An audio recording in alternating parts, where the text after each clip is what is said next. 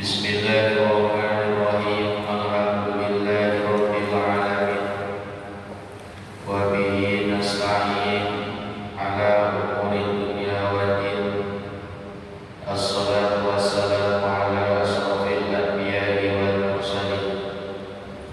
Sayyidina wa habibina wa syafi'ina wa maulana Muhammadin wa ala alihi wa sahbihi ajma'in, amma ba'du. Faqad qala Allahu ta'ala fil Qur'anil karim, a'udzu billahi minasy syaithanir rajim. Bismillahirrahmanirrahim. Qul bi fadlillahi wa bi rahmatihi fa bi dzalika falyafrahu. Wa qala an-nabi sallallahu alaihi wa alihi wasallam, man 'amila bima ya'lamu 'allamallahu ma lam ya'lam. Sadaqallahul azim wa sadaqa rasuluhun nabiyyul habibul karim. Wa nahnu 'ala dzalika minasyahidin wa syakirin walhamdulillahi rabbil alamin.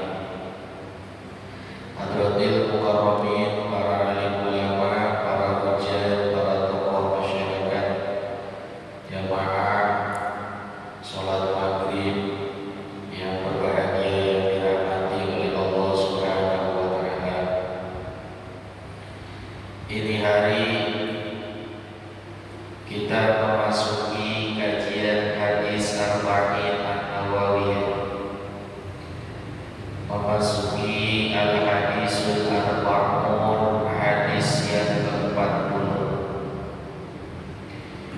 Bismillahirrahmanirrahim.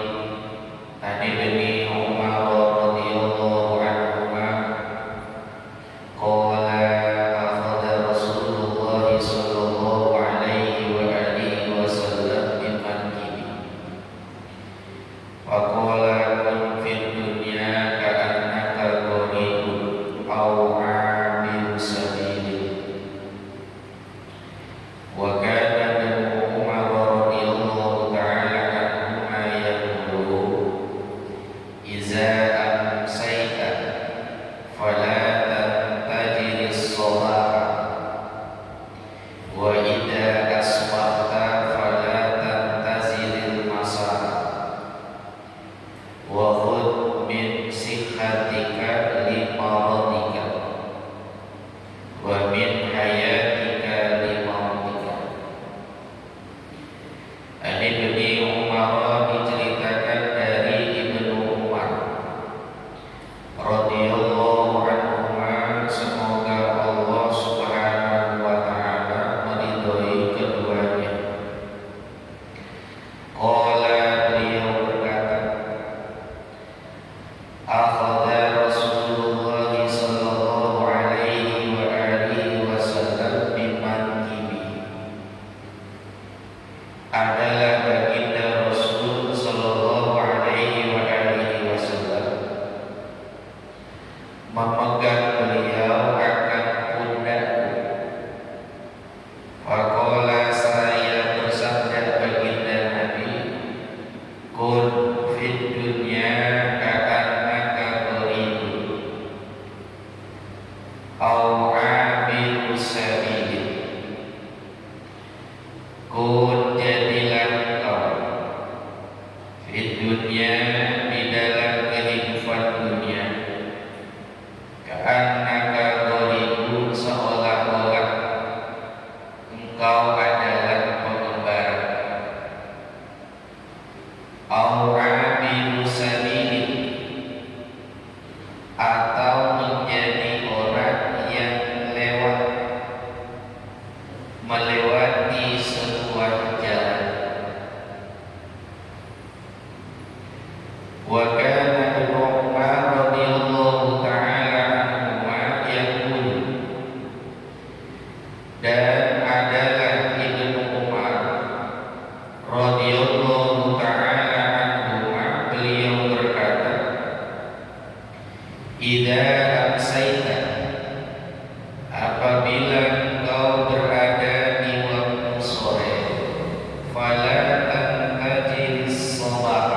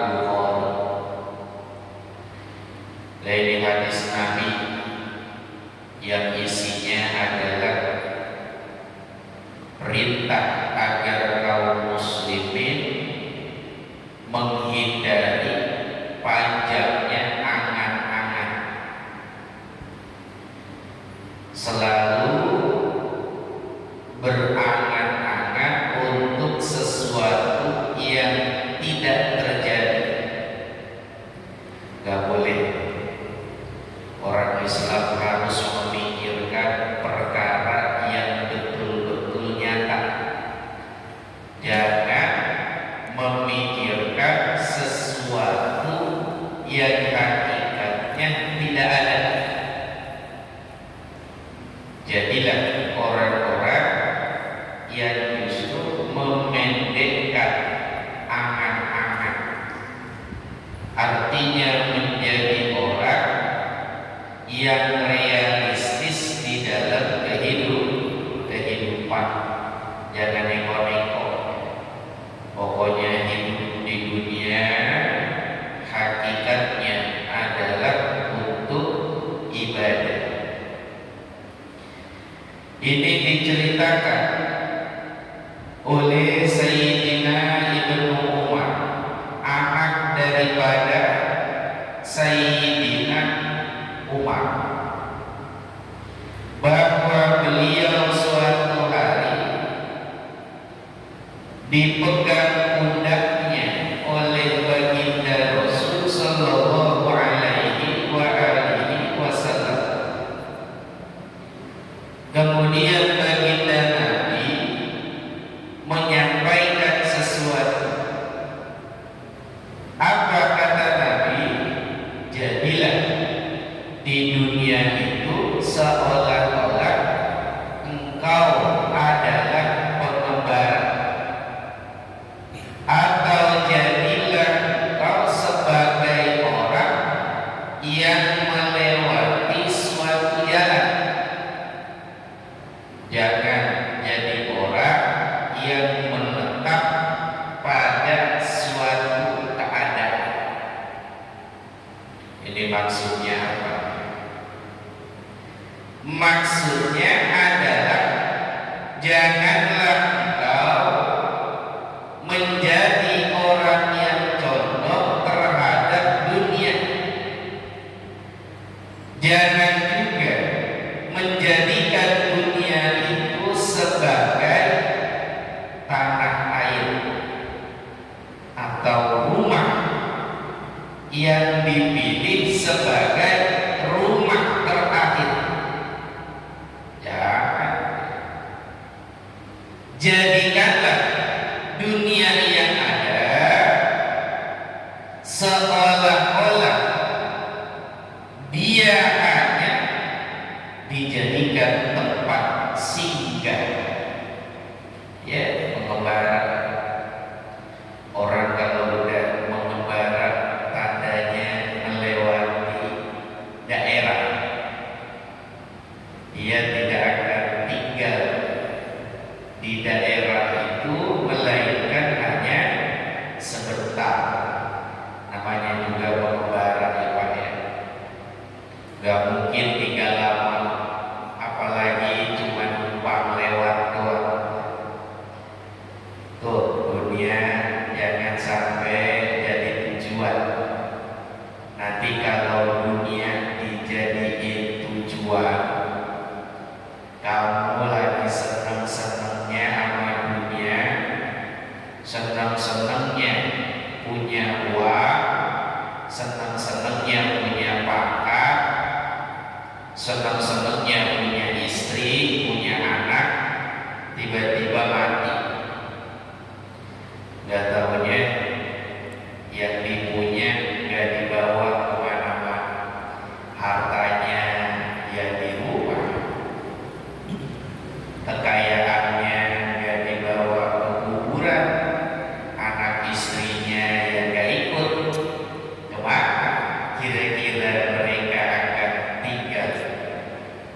Ini lagi senang-senangnya sama dunia, ternyata diambil oleh Allah Subhanahu wa ta'ala. Ini rasanya sakit, menyakitkan. Ya. Setelah dia mati, dia baru sadar bahwa dunia dan isinya yang dia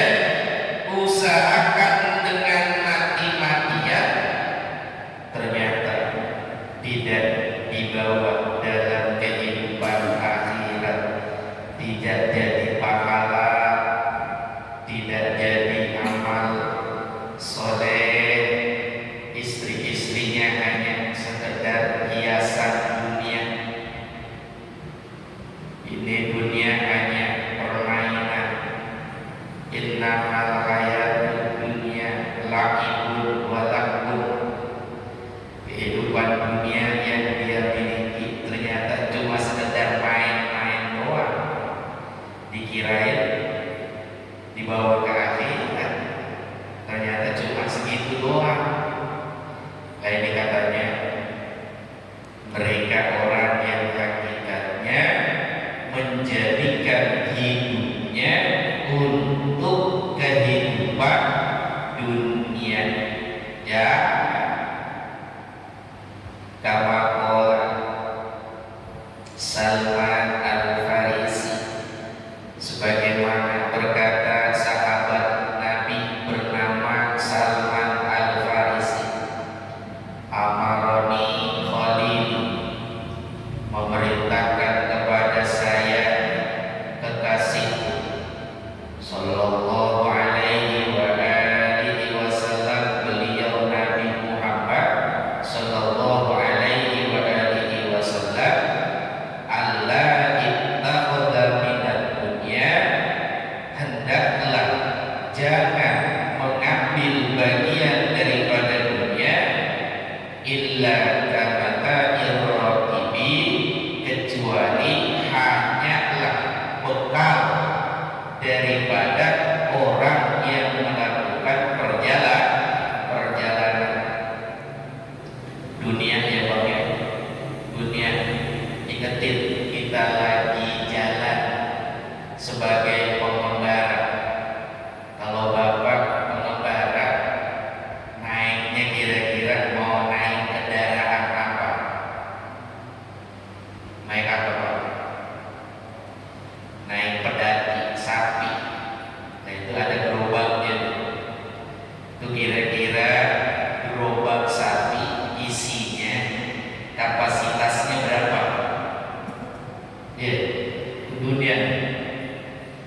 Kata Nabi, Salman, kalaulah hidup di dunia, boleh ambil urusan dunia sebatas bekal ketika kamu berkendaraan, karena kamu seorang musafir. Kira-kira pedati gerobak sapi isinya berapa banyak? Nah, dikit ya Pak ya, dikit.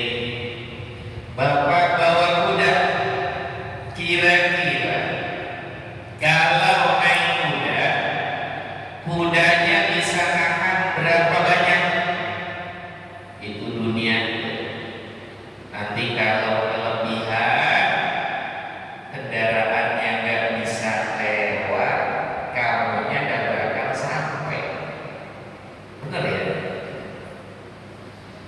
Kalau menggunakan otak, gunakan otaknya. Ingat, tunggangan itu otak memiliki kapasitas dari bawaan barang. Dunia itu angkut, kamu lagi melakukan perjalanan, jangan ngambil yang enggak penting. Masa yang receh-receh masih dipikirin? Ya Pak ya, Bapak mau jalan-jalan, masa kulkas mau dibawa? Dibawa jangan kulkas. Jalan-jalan, kulkas dibawa jangan. Lari pedang. Ya, bawa tuh TV dibawa TV. Jalan-jalan, mau bawa TV. Gak depan banget itu ya. Yang begini kata Nabi, menyusahkan dirinya sendiri, sementara dunia itu hanyalah bagian yang paling sementara. Ya, dunia nggak ada nilainya. Ibarat dunia dijadikan sebagai makhluk, dia tidak lebih mulia beratnya daripada sayap seekor nyamuk. Gak ada. Apa yang bikin kita bangga sama dunia? Enggak ada. Dunia akan ditanyakan oleh Allah ketika dia kembali kepadanya. Summa latus alunna yauma idin anin naim. Ingatlah bahwa mereka benar-benar akan ditanya ketika itu di hari akhirat tentang nikmat karunia yang diberikan Allah di dunia. Siap-siap aja ya, kalau bawaannya banyak, nanti pertanyaannya banyak. Gitu Pak. Ya, bawaannya sedikit, nanti pertanyaannya juga sedikit. Tinggal Bapak mau ngambil yang mana? Ya, yang banyak boleh kali. Rumah mau dibawa sekalian, silakan aja. Nanti pertanyaannya lebih lama. Makanya kata alim ulama, Nabi Sulaiman itu seorang nabi yang diberikan kekayaan oleh Allah dengan dunia dan isinya. Masuk surga 500 tahun setelah masuknya para nabi dan rasul. 500 tahun Pak. Nabi Sulaiman nungguin aja di depan pintu surga. Ya, Nabi Adam udah masuk, Nabi Idris, Nuh, Soleh udah pada masuk surga, Nabi Muhammad udah masuk surga. Itu Nabi Sulaiman masih ngejedok, nungguin kayak apa bahasa ngejedok? Ya, doprok, duduk nungguin kapan giliran ini masuk surga. 500 tahun baru masuk surga.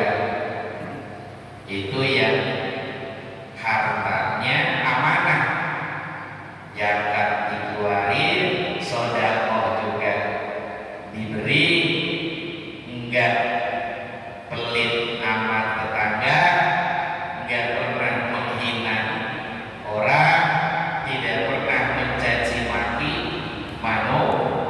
manusia.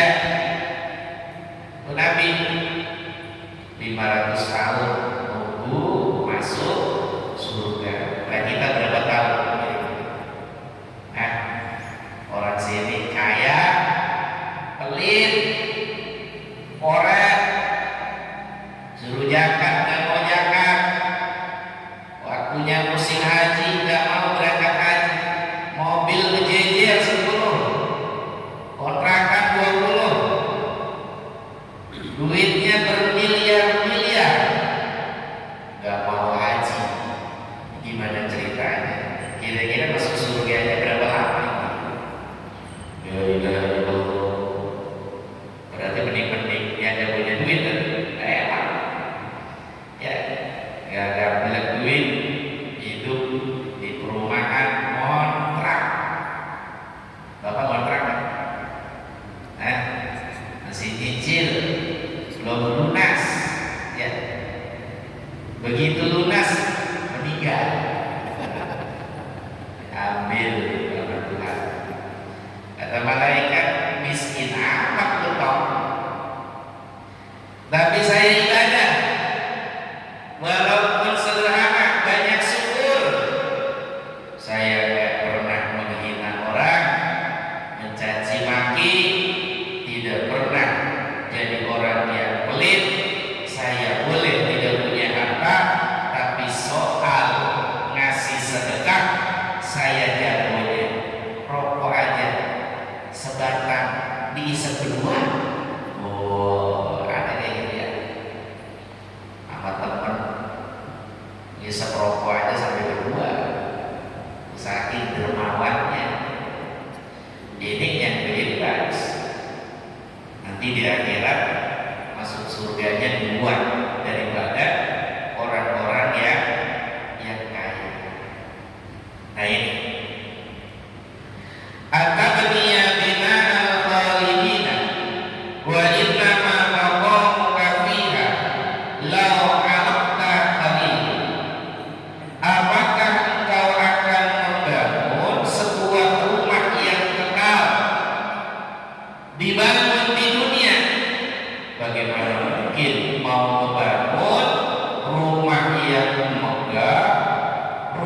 rumah itu dijadikan rumah yang kekal. Ya kata bapak, besok ada gempa magnitudo ya 8, sekian skala Richter, pokoknya membangun rumah yang kokoh. Insya Allah saya membangun rumah sampai kiamat, rumah ini gak akan hancur. Ditanya, bapak membangun rumah di mana emangnya? Di mana membangunnya? Di dunia, betul ya? Lah terus bapak bangun rumah itu pengen kekal, sementara dibangunnya di dunia.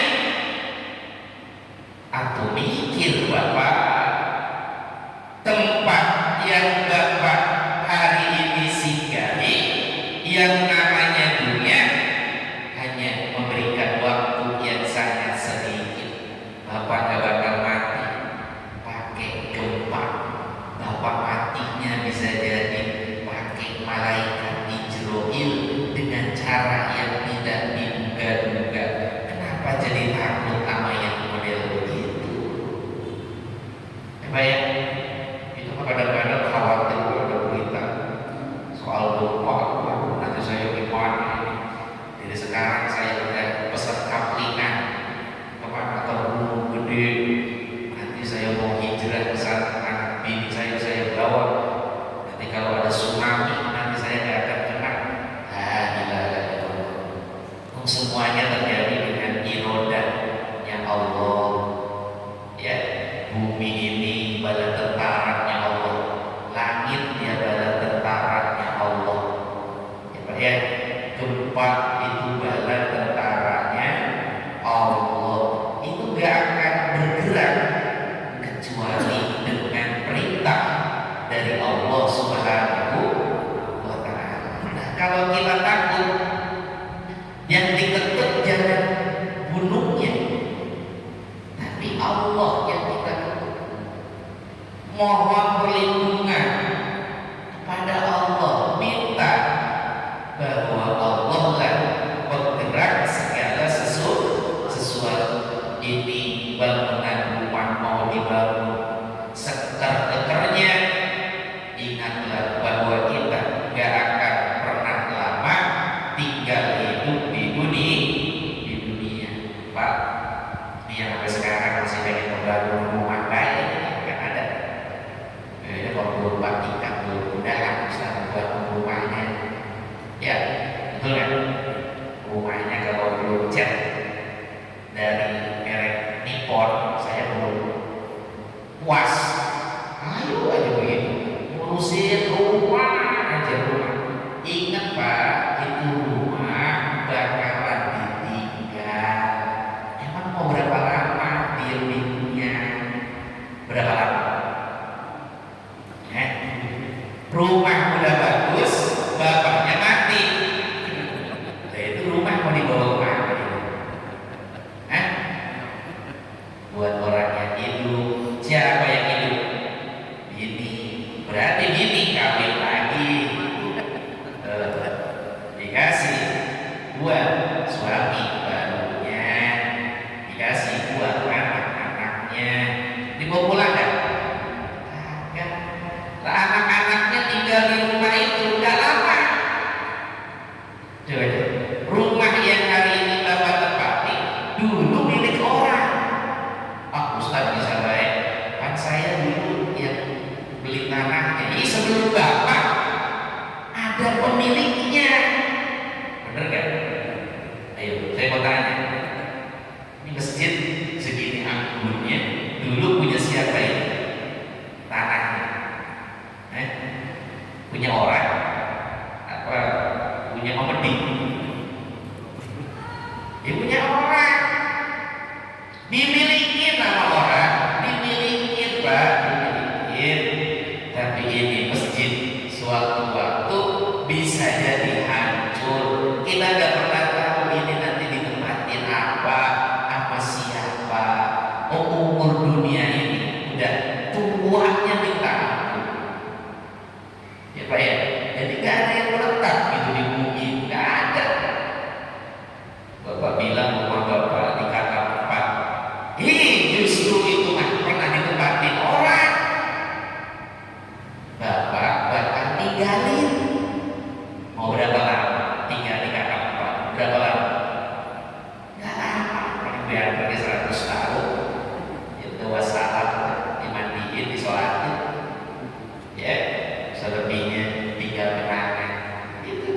manusia.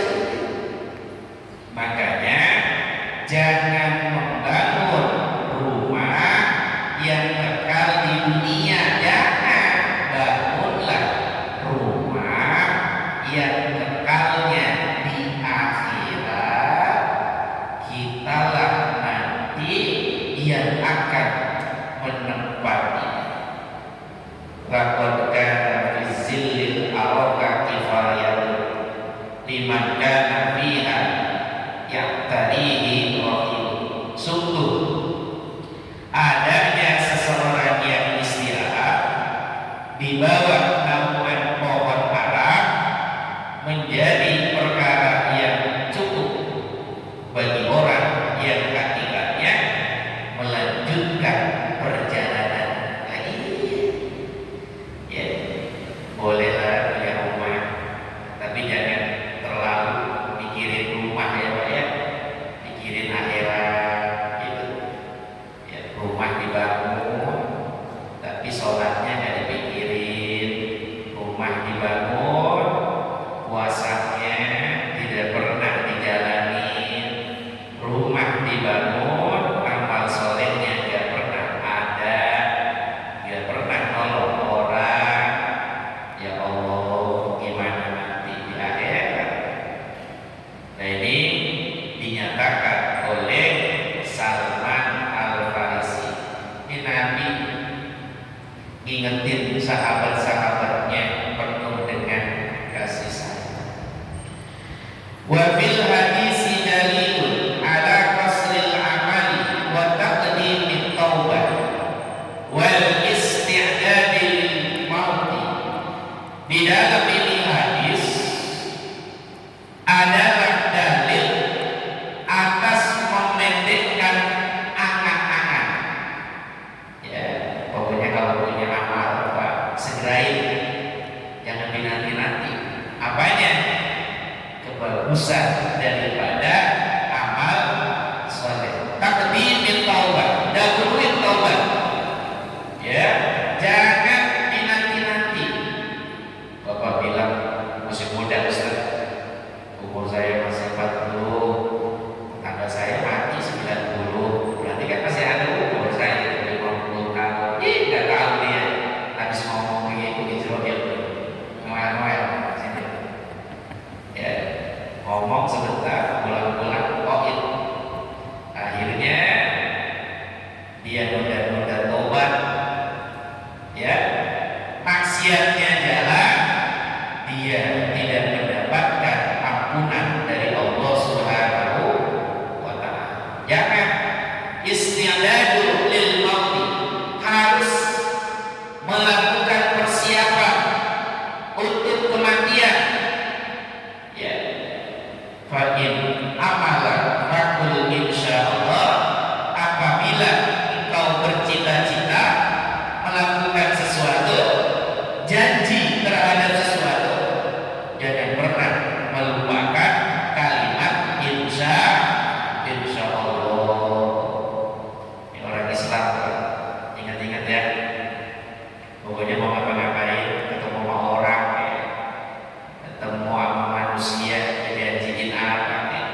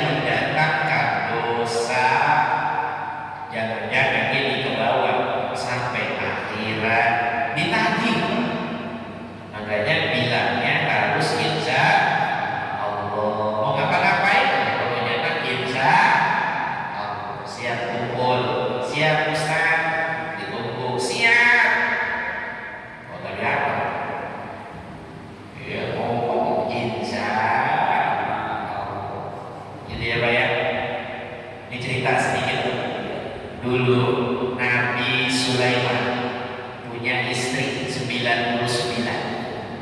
Ada yang bilang istrinya Nabi Sulaiman itu jumlahnya 100. Nabi Sulaiman mendatangi istrinya, kemudian ngomong sama bala tentaranya, saya baru mendatangi istri saya, 100 orang hamil. Nanti anak yang lahir laki-laki, jihad fisabilillah. Kata malaikat Jibril, "Man, Sulaiman, insya Allah Nabi Sulaiman gak ada dengar. Wah, ku saking yakinnya Nabi Sulaiman yakin 100 orang dari istrinya hamil, nanti punya anak laki-laki, semuanya akan dibawa perang fisabilillah. Karena nggak ada dengar malaikat Jibril, Nabi Sulaiman nggak ada istrinya yang hamil. Apa kata Nabi? Andai kata Sulaiman bin Daud alaihi salam mengatakan insya Allah, niscaya istrinya hamil, dia punya 100 anak, anaknya berjihad di jalan Allah Subhanahu wa ta'ala. Cuma satu istri yang melahirkan, itu pun dalam kondisi prematur. Ya, 7 bulan udah lahir anaknya Nabi Sulaiman. Ya Allah, ya ngomongnya begitu, insya Allah, gitu kan? Ya, ngapa-ngapain pokoknya insya Allah. Wala taqulunna li syai'in inni fa'ilun dzalika qada illa ayyasha Allah. Janganlah kalian berkata terhadap sesuatu, sesungguhnya aku akan melakukan hal itu besok. Jangan. Ini Al-Quran yang ngomong, ya. Tapi ucapkanlah insya Allah, insya Allah. Ya, semua terjadi atas kehendak Allah. Kalau Allah nggak izinin, ya kita nggak bisa ngapa-ngapain. Semuanya tergantung dengan irodah dari Allah Subhanahu wa ta'ala. La haula wa la quwwata illa billahil aliyyil azim. Ini ayat kata ulama Pak, turun berkaitan dengan Nabi kita, Nabi Muhammad. Ada orang kafir waktu itu kejadiannya di kota Mekah, musyrikin yang ngadu ilmu sama Nabi Muhammad. Mana Muhammad? Kalau dia bisa jawab 3 pertanyaan, dia adalah seorang nabi. Nih dibocorin sama seorang pendeta. Ada rahib di ini keadaan diceritakan tentang mukjizat Nabi dan Rasul terakhir. Kalau dia memang Nabi terakhir, dia bisa jawab. Tanyain sama Muhammad, mau nanya apa? Tanyain tentang pemuda yang tinggal di gua. Pertama, yang kedua, tanyain tentang laki-laki yang menguasai dunia barat sama timur. Yang ketiga, tanya tentang roh. Ketemu sama Nabi Muhammad, Nabi diam. Nabi bilang begini, besok jawabannya saya kasih. Ya, besok jawabannya saya kasih. Ditantang, Nabi kita ditantang. Besok jawabannya saya kasih.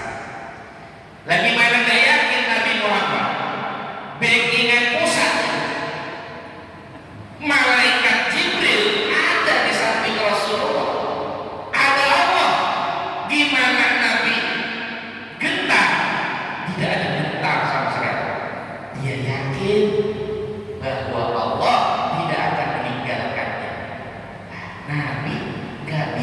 bisa.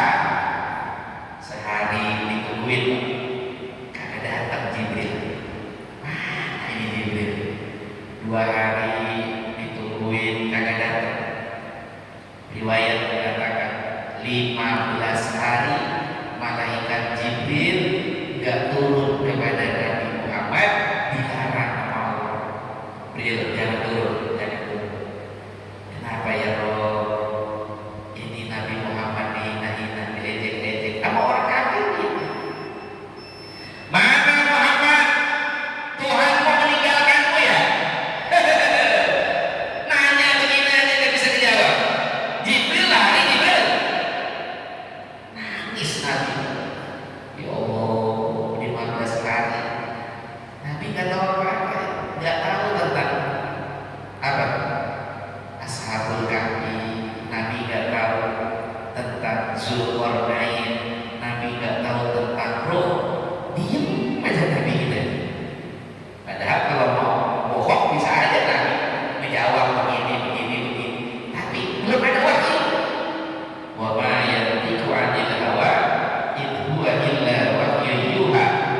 Nabi kalau sudah bicara bukan berdasarkan syahwatnya, akalnya, tapi bicara berdasarkan wahyu. 15 hari berlalu, datanglah malaikat Jibril menyampaikan ini ayat.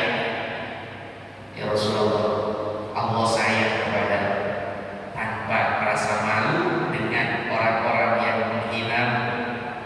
Ini pelajaran untuk kamu. Apa kata Allah, wahai Jibril? Allah berfirman, wala taqulunna li syai'in inni fa'ilun dzalika huda illa ayyasha. Jangan sekali-kali ngomong besok saya akan lakukan ini dan itu. Jangan. Kecuali kau katakan insya Allah, kalau Allah berkehendak. Nih ceritanya nih, kalau mau tahu lihat nih. Ashabul Kahfi diceritain sama Allah, surahnya ada di Al-Quran khusus menceritakan Ashabul Kahfi. Isinya nyeritain juga tentang Zulkarnain yang menjadi raja, kemudian menutup bagian daripada lubang yang dikuasai oleh Ya'juj Ma'juj. Ya, ada cerita tentang Ya'juj Ma'juj. Katanya itu makhluk yang membawa kebinasaan keluar nanti di akhir zaman ketika kiamat kubra datang. Ya'juj Ma'juj makhluk setengah manusia, setengah hewan, setengah jin. Ya, di mana dia keluar malam, kalau udah siang menjelang matahari terbit, dia masuk ke dalam lubang. Persis kayak apa? Vampir. Vampir. Ya kan kita sering lihat film vampir. Hidupnya di malam hari. Kalau ketemu manusia, senengannya dibunuh, ngisap darah. Di mana ada hewan, semuanya mati binasa. Pepohonan rusak, air disentuh beracun. Bingung mana Zulkarnain. Wahai Raja Zulkarnain, kami kesusahan berhadapan dengan Ya'juj Ma'juj. Uktuni Zumurad Hadid, datangkanlah kepada saya besi yang panas. Saya akan buat penghalang dinding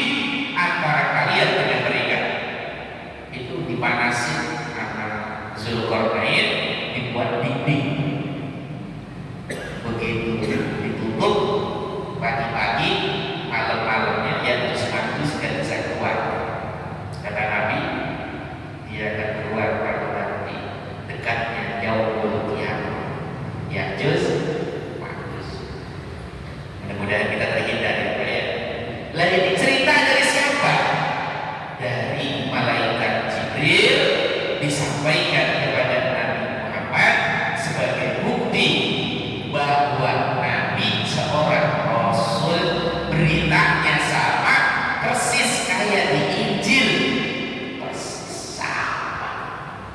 Di Injil itu ada cerita Yesus Paulus, di Al-Quran juga ada ini mukjizat, ya. Dan Allah gak malu menyatakan kepada nabinya agar menjadi iktibar, pelajaran bagi kaum muslimin. Apabila melakukan sesuatu, katakan insya Allah. Para bapak, ini pengajian kita ya. Insya Allah masih panjang ya Pak. Ini pembahasan dari sahabat Nabi yang bernama Salman Al-Farisi. Ini belum sempat kita hadirkan keterangannya. Insya Allah mungkin di lain waktu, di lain kesempatan kita lanjutkan kembali. Mudah-mudahan memberikan hikmah untuk kita.